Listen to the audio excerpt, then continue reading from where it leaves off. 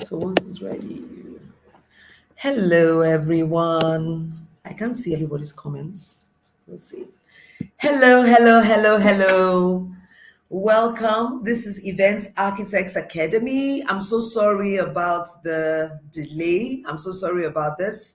We had some technical difficulties, but nonetheless, we're just going to start. So if you can hear me, post a comment, put an emoji. Let me see that you're here.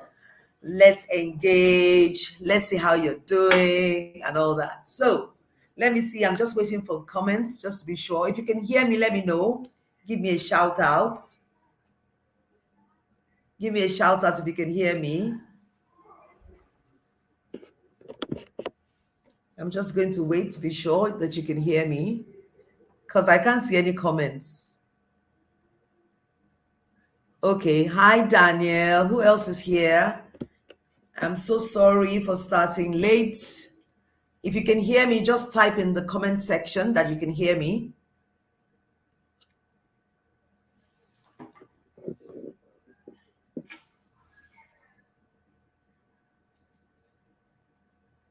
If you can hear me, say hello.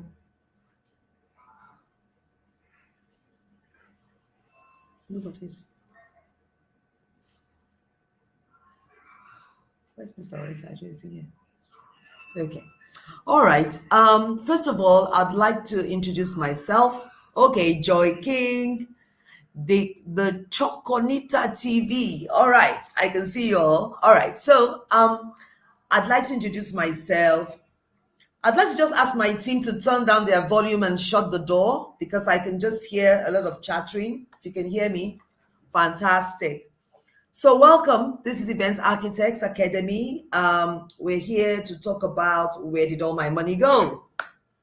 As an event planner, I'm sure you have wondered about this, so we're going to get right into it. But before we do that, I'd like to introduce myself again. My name is Funmi Victor-Okigbo. I am the CVO of Event Architects and Event Architects Academy. CVO just pretty much means Chief Visionary Officer. I know they are CEOs, but I'm Chief Visionary Officer. And I'd like to say welcome again and sorry for the lateness, for the tardiness. Prince, hello. Faith, hello. So before we go on, I'd just like to introduce our guest for today. His name is Mr. Gbenga Oresajo. Is he ready to be added now? Is Gbenga around now?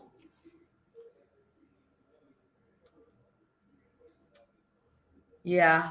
So we're just going to wait for Mr. Gbenga to join. But in the meantime, we're going to talk about who we are. We are Events Architects Academy. We're an academy for event planners and people in the events industry. We're here to just ensure that we keep growing, educating people in the events industry, not just planners, but people in the events industry. We are here for global standards. We are here to make sure that to help you and equip you to attract the kind of clients that you would like to have. Because we all know that everything is about value. If people are not getting any value, they will not engage. So that's what we're here for.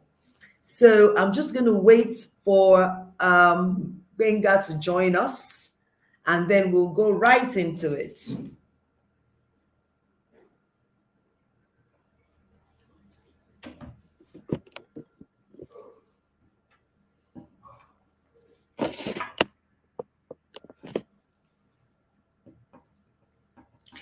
Let's see where you're joining from. While we wait, you can show us where you're joining from.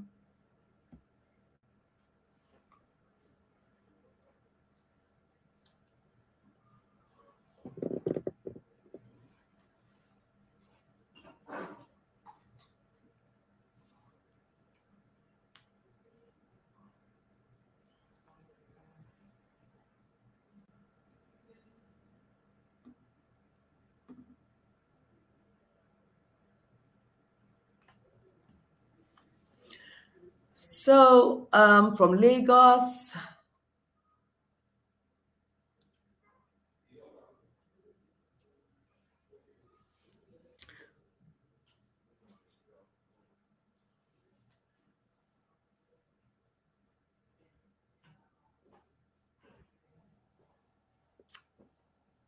Hello, Mr. Oresajo. Can you hear me, sir? Yes, I can clearly. Oh, fantastic. So sorry about the whole technical difficulty. No This is problem. Nigeria. Yes. So I was about to introduce you. First of all, before I introduce you, can you tell me your how your name is pronounced? My name is I know you are Oresha. Olugbenga. That's easy. Yes, Olugbenga or Oresajo.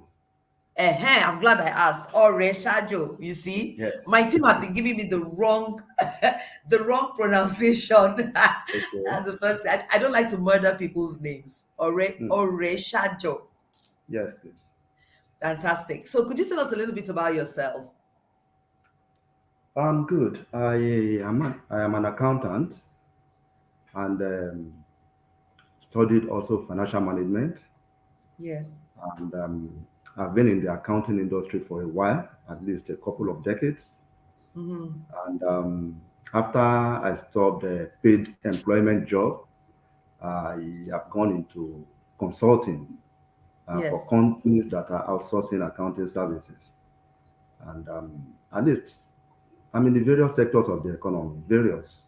So, in other words, I've related with so many entrepreneurs and I know what some of their challenges are when it comes to keeping financial records. So, Yes. Yes. that's all I can say for now. Fantastic. Thank you so much. I wish looking sitting down here with you. I started my business like 17 years ago. And I Okay. really wish I met someone like you then, because then it was a struggle. You'd work and work and work and you can't find the money. You don't know where. In fact, for a very long time, I wasn't even paying myself a salary. But I think we're going to get there. And I was like, I didn't know whether to pay myself a salary, how much should I pay myself, and all that. So, anyway, so let's go right into it. We're all willing and ready to hear you. So, I'm just going to give you the floor now, sir. Okay, thank you very much. Hey, Kofo, Um, how are you? Yes. yeah, let me start by saying I want to thank you for inviting me, at least to talk about this particular topic, Yes. which has been a serious issue when it comes to most entrepreneurs managing their money, you know. Mm-hmm. And where did all my money go? That sounds simple and straightforward, you know. Yes. So that's a very good idea from you, you know.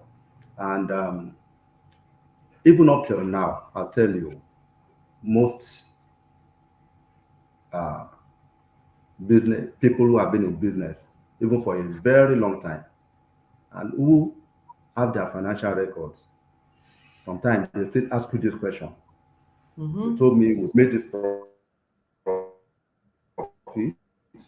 and I have your account. You understand? Talk less of those who are new in the business environment, fresh entrepreneurs Yes.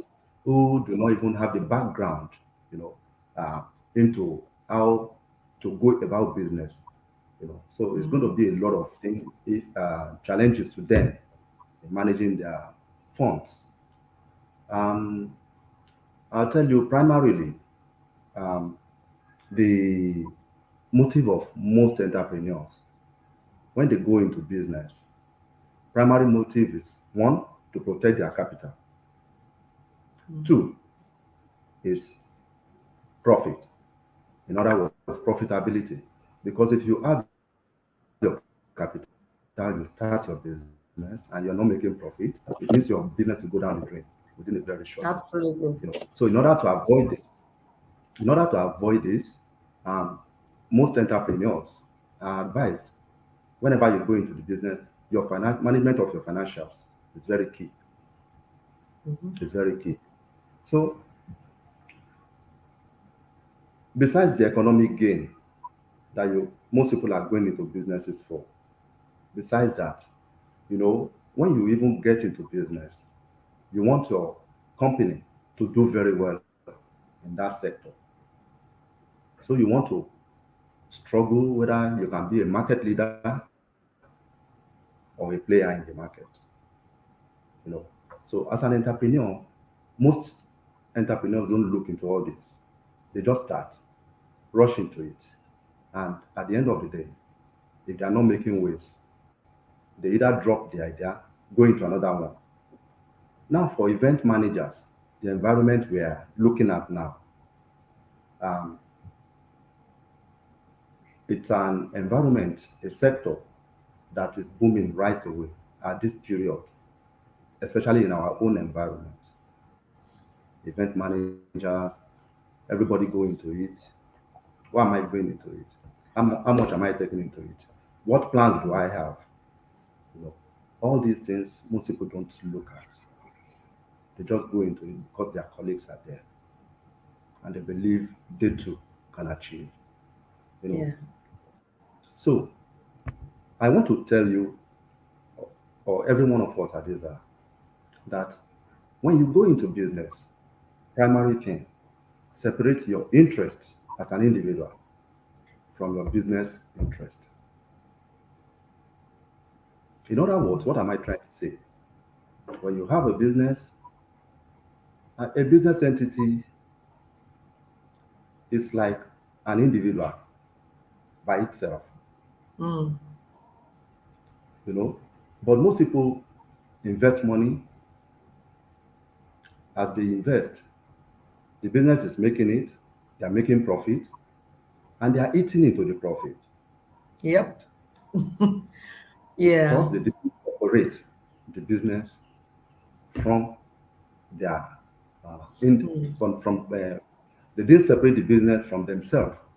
You know, as a director, you say, "Oh, it's my business. I can use the money the way I like." It's not done.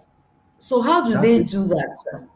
How do they do that? Because you see, what usually happens is that you are starting a business, nobody tells Yes, you this. Okay, so yes. how do you go about separating it? What's the process for that?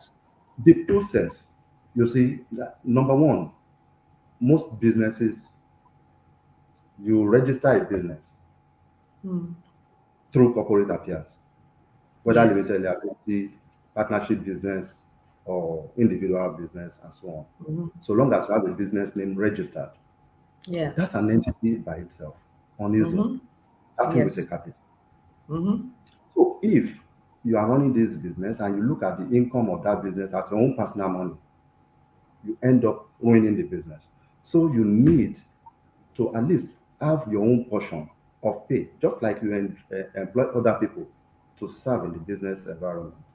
You, as an individual, as a director, set aside this is my pay for the month or for the year.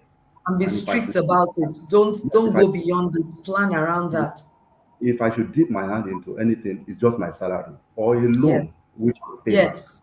Absolutely. Absolutely. I learned That's it. this. I learned this even in the course of my studies, and Yeah. also uh, some of the people I have worked with, especially uh, um, a very well-known architect in Nigeria. Yes. Yeah. You know, notwithstanding is a multi-millionaire, he has the salary he takes from the office, and he will not take more than that salary.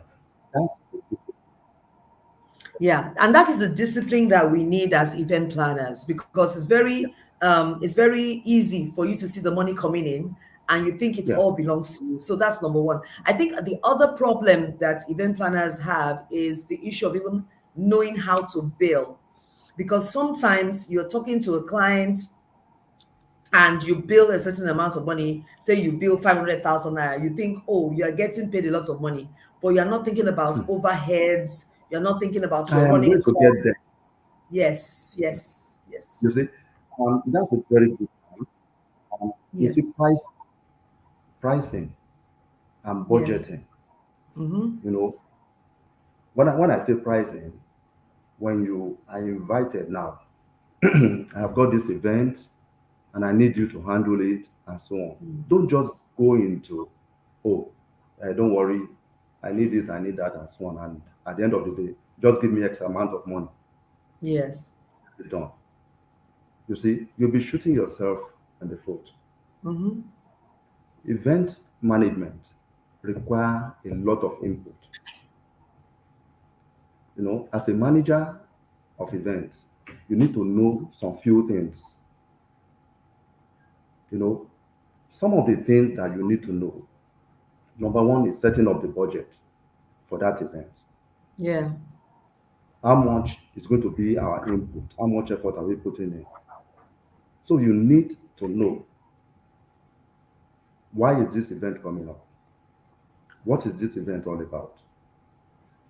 Where is this event taking place? Who are the people that are going to be guests, participants of this event? By the time you put all this together, you know, you'll be able to cost. You'll be able to cost. Let me just do a check. Can everybody hear us very well? Can you hear me? Can you hear Mr. Benga? Please put it in the chat so we can know whether we can increase our volume or not. Okay, because it's getting exciting now.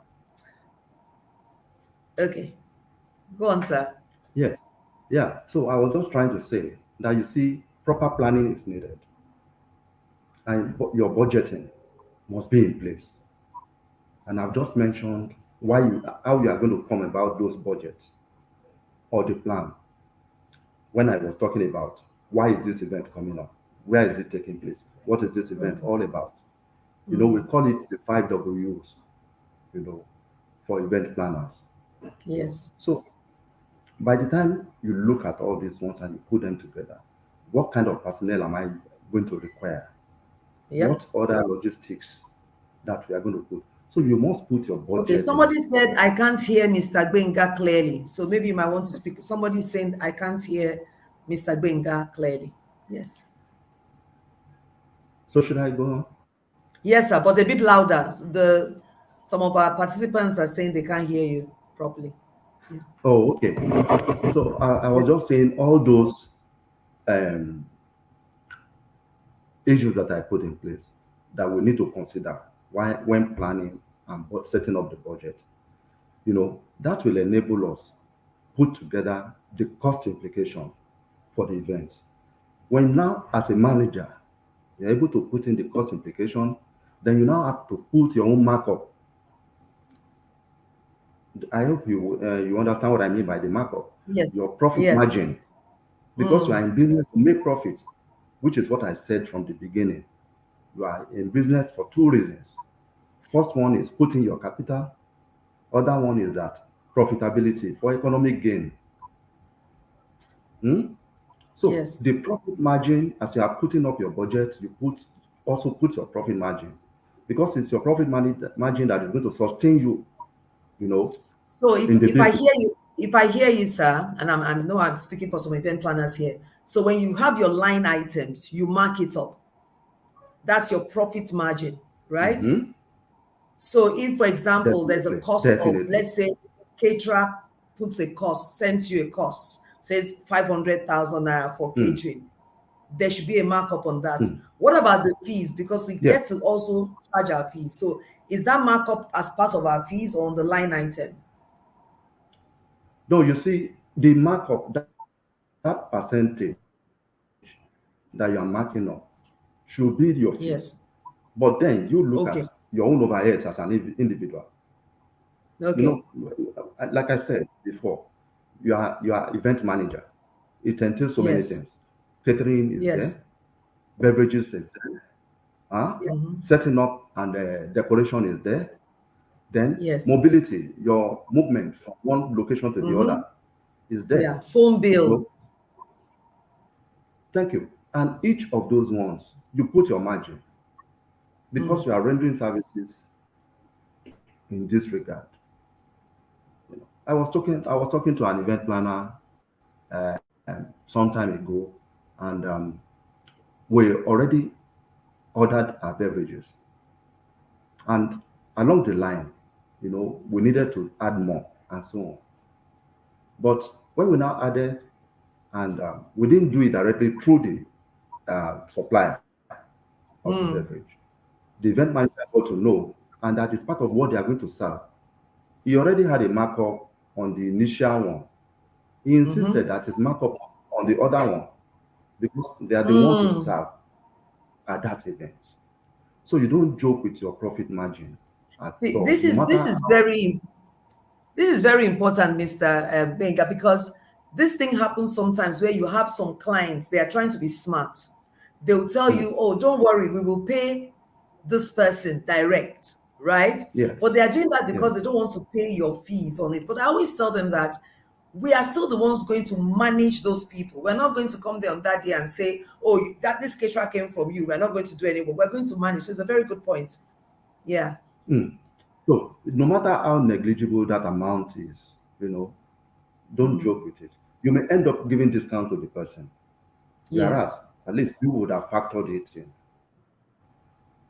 you know, Yes. as part of your fees for managing the event, you know.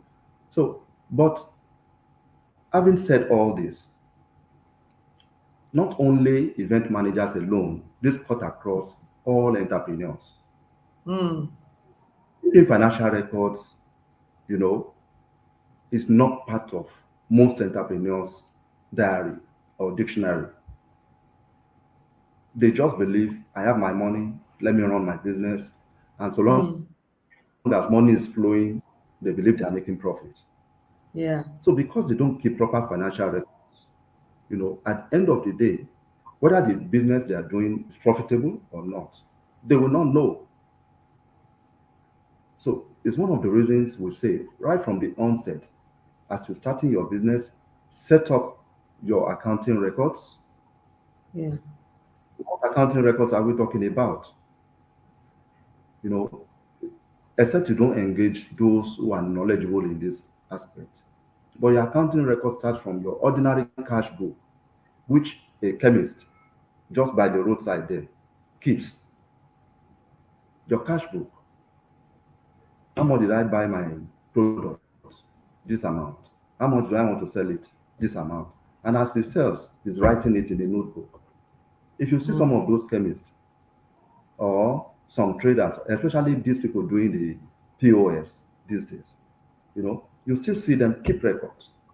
So it is important for entrepreneurs to have at the back of their mind, their proper accounting records is paramount to my business. And I when we're think, talking sir, about okay. yes, I think, sir, the thing is, and I hear you, but there are lots of people here who are joining us who some of them are just starting their businesses, some have just been there for like 3, 4. I can imagine when I first started, not everybody understands that process, cash book, this, that, cash flow. Assuming you have no idea of how these things work, what would be your advice to people who are just starting? And do they go online? Do they find an accountant? And then the second thing is that someone is saying, when you talk about markup or profits, how do you know? Mary and Ebe is saying, how do you know the what percentage to mark up? you see, um, first thing is, like it or not, when we're growing and passing through academics, hmm, Yes. we have different disciplines. Those who read Yes. economics, those who read engineering, and so on, in the medical Mm. environment, you know, everybody, no matter what, is money you are chasing. And there are people who are knowledgeable, trained in this field. Yes, we think it's a common thing. If we're talking about money now, I can manage my money myself. Yes. So, Yes. and I bought something 1,000 and I sold it 1,500. I have made profit of 500. But Mm-hmm. that is not true. When you were Mm. going to buy that stuff, did you not travel from one place to the other end? That is true. That Did it is not true. take you time? You understand? So you need to Time is calculate also all money. this. Thank you very much. You know, Mm. so by the end of the day, factoring all this, by the time you put it in, that person who bought something 1,000 and sold for 1,500 may end up not having 150 naira profit. Whereas behind his Mm. mind, he was thinking, I have 500 naira gain. Mm. So when you go into business, event manager, or even any other business, you know, protect your capital, Mm. engage those who are knowledgeable, in keeping financial records. They will be the one to do the proper accounting books for you. At the end of the day, you'll be able to determine at the end of the day, is this venture profitable or not? Do I need to modify, you Mm. know, any other changes I need to do it is then that you will now be able to form your decision, you know, and implement it along as you get along in the business, you know. So that is keeping financial records. I've spoken about Yes. planning, I've spoken about Mm-hmm. budgeting, you Mm-hmm. know. Then the next one which I talked about, which I just talked about now, is the keeping proper financial records. And of Mm-hmm. your keeping your proper financial records, we have what we call the cash book, Mm-hmm. or bank book, depending on whatever you are doing. We have what we call the general ledger. We have what we call the trial balance. We have what we call the balance sheet, and so on, cash flow statements, and so on. You know, so all this, by the time you put them into consideration, you will see that as an event manager, you know, at least you will be better off than somebody who is not keeping financial records or who is not having proper budgets.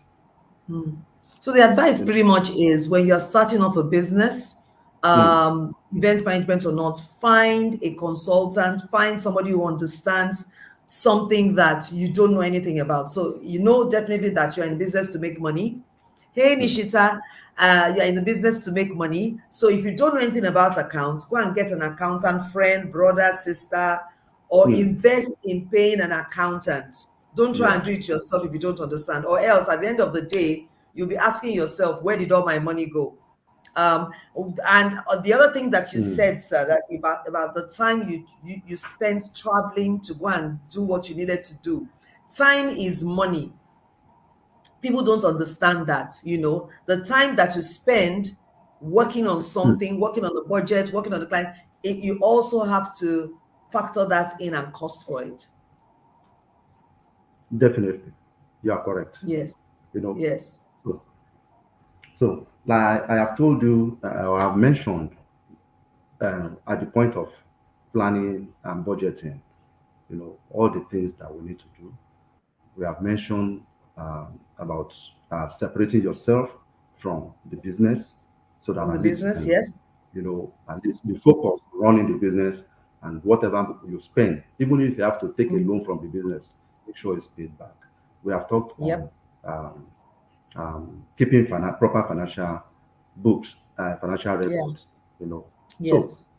now when we are talking of keeping financial records, there are some other things that, you know, has to be considered in Hmm. keeping your financial records. Besides the fact that you want to know whether I'm making profit, you are not operating in isolation in the business Hmm. environment. You are operating based on some of the guidelines set by some regulatory agencies, you know, and in the course of your operation, you cannot separate yourself, and you have to comply with some of the rules, you know, in the sector that you belong, you know. So if you employ somebody today, that individual you are employing, you are paying salaries, you have to know that, oh, this person has to pay tax, you know, which we call pay as you earn. When you are going into business negotiation and you are charging your client, you know, oh, I must not forget there's something we call value added tax, Hmm. which must In be fact, charged. when you mentioned tax, I was like, this is now a lot of people are going to be listening because tax is an issue. Hmm. Sometimes I even struggle to keep up. What are taxes, VAT? So I'm happy you mentioned taxes. Yes, you know. Yes. So all this we need to put into consideration. You, the person you employ, is a staff. You're paying salaries, but if you fail to deduct the pay as you earn, the day the tax authority comes around, they will Hmm. say, "Oh, where is the payee? You have not deducted." The company will end up paying from their profit. In other words, you as the entrepreneur will be the one to suffer it because you can't go to the personnel again that, oh, I failed to deduct tax from you. Same Mm-hmm. applies to when you are getting a job from a client. Let the client know, sorry, this thing is vatable. The fee I'm collecting from you is vatable, and you remit it same, except where your business is operating in a way, maybe your total turnover in a year is below the threshold of 25 million. Aha. So this is good to know. So if you are Based not on, operating, so if you are not up, if it's not up to 35 million, you really should not pay yes, VAT. yes, if you operate below 25 million threshold, you are not expected Okay. to collect VAT or pay anybody or pay FIRS VAT. You know, Fantastic. so some of these things, it is those who are experts in that field that will be able to advise, you know, some of the entrepreneurs who are not aware of this. The same applies to what we call withholding tax. You know, Hmm.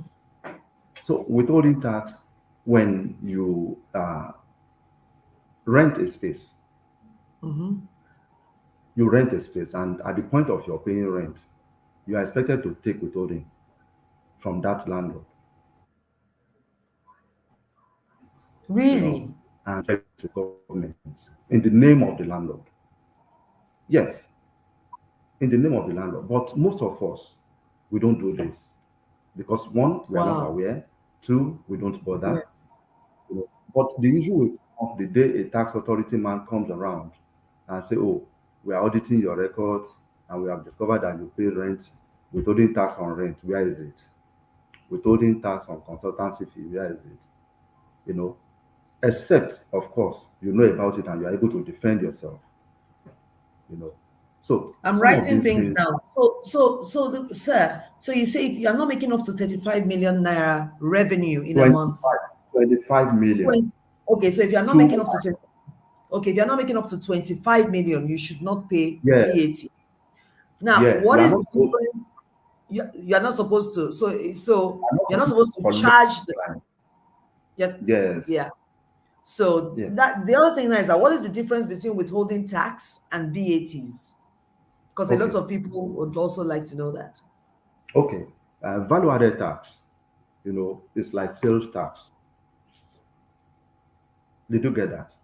Yes. Value added tax is like sales tax. If you take, for instance, you go to some of these eateries, the ones selling fast food. I don't want to mention any name now. Some of Yes. the, by the time you pick their invoices or the receipt they give you, look below. They will charge you consumption tax. They will charge you value Mhm. added tax. Yes. But we don't look at all this. It's part of what we pay as we buy across, you know, the counter. You know, it's part of what we pay for. So um, it's more or less sales tax. That's value added tax. So if somebody render professional service, you know, take for instance, you uh, engage an event planner now, and this event planner is telling you this is my fee. You're supposed to mark it up by 7.5%.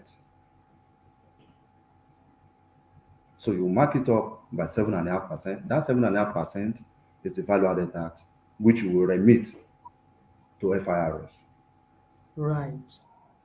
That's Now, important. when we So, talk of withholding, when we talk of withholding, this one is that somebody is rendering service to you.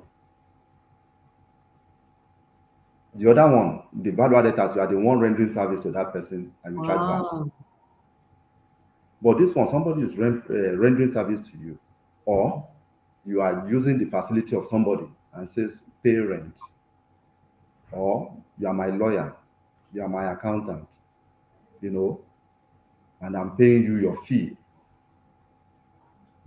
Before you pay, you subject that money to withholding tax. It could be 5%, it could be 10%, it varies depending on the nature of transaction. so they You pay know, you. yes. No, you Wow. withdraw from the pay you are making to them. Oh, You so take you pay them less that yes, amount. yes, you take it out and remit in the name of that person to the Ah. tax So will authority. it go to FIRS It too? depends. If it's a limited liability company, it goes to FIRS. If it's an individual or partnership, it goes to the state tax authority. If in Lagos now, it's LIRS. I'm learning so much. So Akimbola Damilare, you're asking if 25 million in a is it in a month or a year? A I think it's in year, a a year. year, A year. a Akimbola, year. it's in a year. Yes. And Okay. take for instance, you may not, as an individual, you may be looking at it, oh, How do I know if I will be able to make 25 million naira in a year? Take for if you are the type that have turnover of about 3 million naira monthly or something more than 3 million naira monthly, you know that at the end of the year, you will cross that border. But if your turnover on monthly basis is 950,000, 1.2 million, 1.5 million, and you are not above 2 million in any month, you know that at the end of the day, you will not cross that thre- Yeah, threshold but of you know. so my question to that says that, okay, let's say you start by making 1.5 million, 1 million naira a month. What if something happens and you're not paying VAT because you're like, oh, surely I won't cross that threshold. And something Yeah. happens and your uncle or Boom. aunt gives you a big product, yeah, and there's a boom, and then you Yes. cross 25 million. What happens? You go back and pay taxes, or what? How does that work? Definitely you will. Definitely you have to, because by the time you file your audited report with FIRS at the end of the year, and it's discovered that you have above 25 million naira, you have to pay the backlog. Wow. You have to. Hmm. You have to pay. Okay. Okay, Hmm. fantastic. So, Wow. we've spoken about value-added tax. We've spoken about Yes. uh, golden tax, and I've mentioned also the pay as you earn that is taken from salaries. You know, so some other things that you need to look at. Talking about relationship, complying with regulatory authorities. This thing. You know, another thing we have to look at is, yeah, the kind of entrepreneur who have more than 5 employees. If you have more than 5 employees, in your company, you are expected also to subject your workers to pension. Hmm. So that's where contributory pension scheme come up. You know, if you employ more than five at any point in time, you are supposed to subject those workers to pension. So they enter into pension scheme with a pension fund administrator. You deduct the money. We have the employee contribution, employer contribution, 8%, 10%, and remit to the custodian of the pension. So that's the way it runs. So why am I talking about this? You see, when you are in business and you don't comply with the rules, guidelines of the regulatory agencies, even if you have been in that business for 5, 6 years, 10 years, the day they catch up with you, You you are will going need to to have to pay pay all the everything. dues So that you have what avoided. happens if you Yes, can't that pay? you Let me have just avoided ask. already. So what happens if you can't pay? Do you go to prison or what? I just want to know. No, no, no, no. You see, it depends. If eventually they discover that it's a crime you have committed, somebody may be jailed for Mhm. it. But Wow. let's put that aside. Let's put that aside.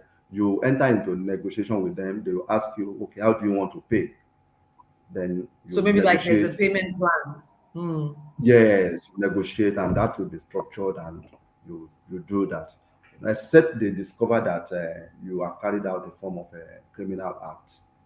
You know, so Hmm. it's on that note that somebody can go to jail. Okay, so I think we can now go to questions. If anybody has questions, please let us ask. Some had come earlier, so someone said, "How do I know how much money to pay myself as a salary?" So, what would be your response to that? So, let's say, for example, you start a business and maybe where you used, because some people Hmm, used to do a 9 to 5 before and they now come and start their own business. My 9 to 5, I used to be paid 500,000 naira. Yeah, but the hmm, business is not even making up to that right now. hmm, How do I now hmm. determine what to pay myself? Okay, that's a very good question. I've had clients who are faced with this kind of question. Um, when they started the business, and the directors, there are two directors, and they put aside what would be their salary, on monthly basis. I mentioned to that person, I said, this salary you are fixing for yourself, there is no how your business will pay it based on the nature of business, and not only the nature of business. It's a fresh business, so you still cannot tell if you'll be making this much money every month after taking out all your overheads. And if you, the directors, want to take this much salaries, I said this business cannot meet. And up till now, the business has been existing for like 4 5 years now. Up till now, they still can't afford to pay that salary. The company is running at loss, notwithstanding the professional advice that was given to them. Some directors will just insist, I don't, that's what I want for myself. you know. So if you look at the way your business take off and the profit that you are able to make from the beginning, on that note, you can just say, oh, assuming from the first month you add profit of say 250,000 naira. I'm just using that as an example. Yes, as an example, Made a yes. profit, yes, made a profit of about 250,000 naira, and you had already, that is before you put your own salary. You had already Yes. slated that my salary is 400,000. Mm-hmm. The company will end up having a loss or recording a loss of 150,000 from Yes. month one. Yes. But if you say, oh, this business is just starting, let me place myself on 100,000. But in the interest of this business, Sorry, you you have know, take that again, sir. let's You set froze aside for a, 100,000 for you me froze for a so minute, that sir. when I, You froze. Can you hear me, sir? You froze oh, when okay, you said, I think yes, the internet went off. Yeah, when you said oh, if you that means the company owes you 150K, right? So if, for example, you are making a profit of you lost. 250K and your salary is You 400, lost. yeah, there's a loss. Okay, so go from there because you froze for a minute. Oh, okay. The point I was trying to raise there is if per venture, month one, you made profit of 250 and Yes. you fix salary of 400 for yourself per month. At the end of the day, what will happen to the business? The business will make a loss Yes, of 150K. of 150. That's what I said. And what if in a situation where you say, oh, okay, my salary is 100,000, notwithstanding how much I was earning before starting my own business, you know, I say, okay, my salary is 100,000. And month six, you discover that that company is doing very well and it's improving. Even though you started with 100K, you can increase gradually to the level you want when you know that it's comfortable for the company to pay. So as a business owner, your interest is to see the business grow because business is supposed to be a continuum going concern, the way we normally put it. You know. So, event planners, this is important. When you start a business, yes, you pay yourself a salary, but measure it based on how much money you're making. And go and start dipping your money into the business. Have the money to run the business and have your salary aside. Very important. Somebody asked, please, Ollie World Event said, if your business is not registered and you have more than 5 workers, can you still do pension for your staff? If your company is not registered and you have more than 5 people working for you, do you still have to do pension for your staff? Hmm. That one is a straightforward thing, because number one, if your business is not registered, it's your business name that is going to be registered with the pension fund administrator. And at the point of registration with pension fund administrator, they would have asked you for all the necessary documents. You understand your business registration Yes. document. They would have asked. So in other words, if you don't have, you'll be forced to go and have the business registered. So in short, they don't have to. So the answer is no. You don't have to pay pension for your staff if your No, you business is cannot not do it. registered. You cannot start it. You cannot start it because your business is not registered. There are some Okay. prerequisites. Pension fund administrator Yes. to register, and part of this Yes. prerequisite is the certificate of registration or certificate of incorporation, which you have to Mm. present. in Okay. addition to Okay. some other So documents. So, what are the advantages of registering a company? Because somebody may say, you know what, if I don't have to pay pension, let me not register the company. Although I would like to say here that for some staff, if you're used to working in an organization where they are paying you pension, what will happen is some kinds of staff will not want to work with you because they will not get pension. So that's the disadvantage of that. Some people will Hmm. just not be attracted to work with you because you don't pay pension. Most workers, I won't lie to you, some workers don't mind. Some don't even want anything deducted, both They're like, tax just and give me my money. yeah, just give me my money. That's what they want. But you, as an entrepreneur, a business Yes. owner, and who wants to protect the interest of the business, Hmm. some of these things if you don't do initially, like I said before, eventually, if the arm of law, catch up with Yes. you, you'll be made to pay even the liabilities of the past, which may eventually, run down the business. By the time you see the huge liability, which you've not been paying from the beginning, and you are now faced with it, you go are borrowing to pay it off, or enter into an agreement. This is how I want to pay, and you're now paying it. So it's better to comply from the beginning. Yeah. Yeah. It makes life easy for everyone. You as a business person, you operate seamlessly without any hassles because you have started complying from day one. You have a situation where you don't comply and you now have to pay back to clear backlog of the debt or liability. So it's Yes. advisable. More so, more Yeah. so these days, I think it's pertinent for me to mention this now.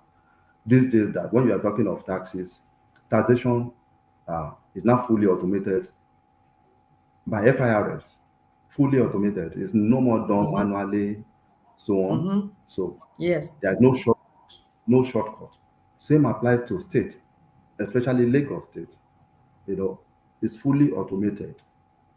Nothing you can do manually. If you want to make any payment, you want to do any assessment and so on, it's online. You have approval online. You get the document identification number online. If you don't get the document identification number, you cannot even pay at the bank. Yes. So we need to get things done properly now. Yeah. And I'd also like to say that the advantage of registering your company is there are some organizations that will not work with a company that is not registered. So if you want to grow your business, if you want to work with certain corporate clients, if you want to work with, you have to register your business. You have to, or Yeah, you else, are correct.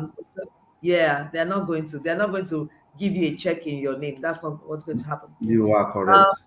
Yes. Then Ayobami wants to, I mean, if this may be our last question, if nobody else asks a question, Ayobami wants to know, how does one know the markup or percentage to add to your budget? How do you know Uh, what percentage to mark up? yes. Say from manufacturing point of view, manufacturer's point of view, if you have your if you have your cost of production or Mm, cost of rendering a particular service mm, and you mark it up by one third,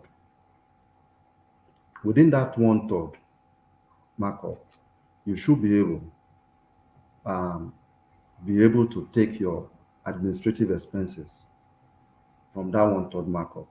What are we trying to say here? Is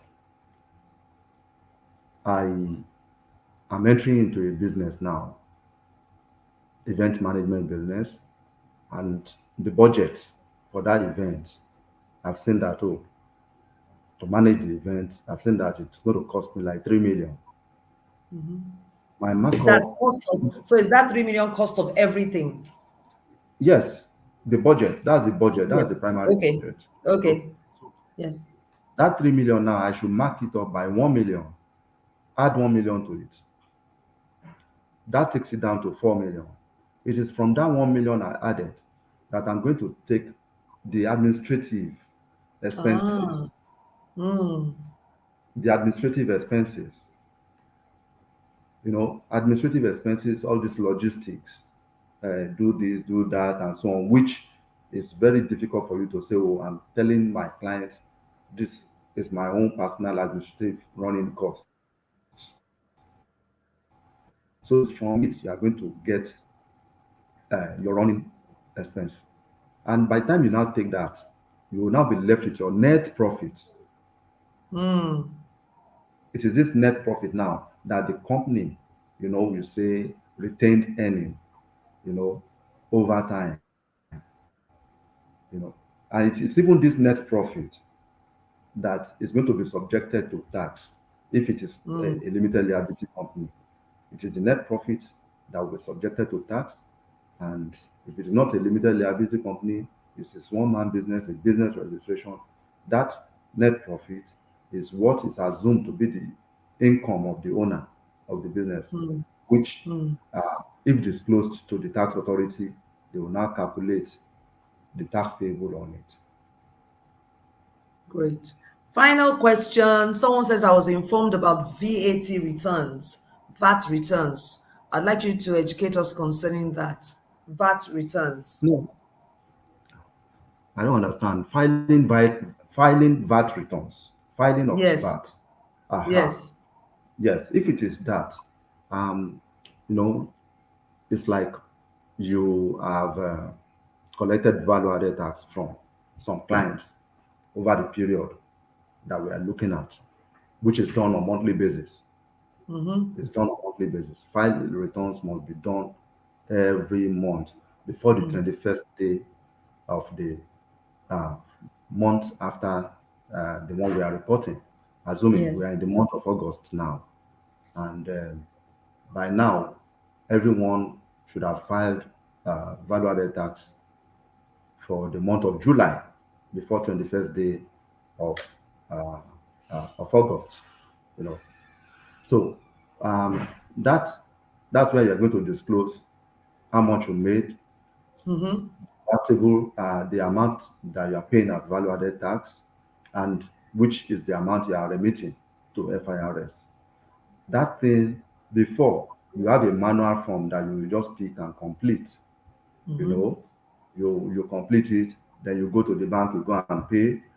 You know, it's not done that way these days. The way Everything it is is done, automated. the way it is done now, it is automated. You go Mm-hmm. online, fix the amount of your turnover. It will by itself generate the value added tax you are paying. You know, then you will generate a document which will now take to the bank. You see that it's changed from when Mm-hmm. it was Mm-hmm. manual. Yes. When it was manual, you pick up a form, fill it, raise your check, go into the bank, pay, go back to tax office.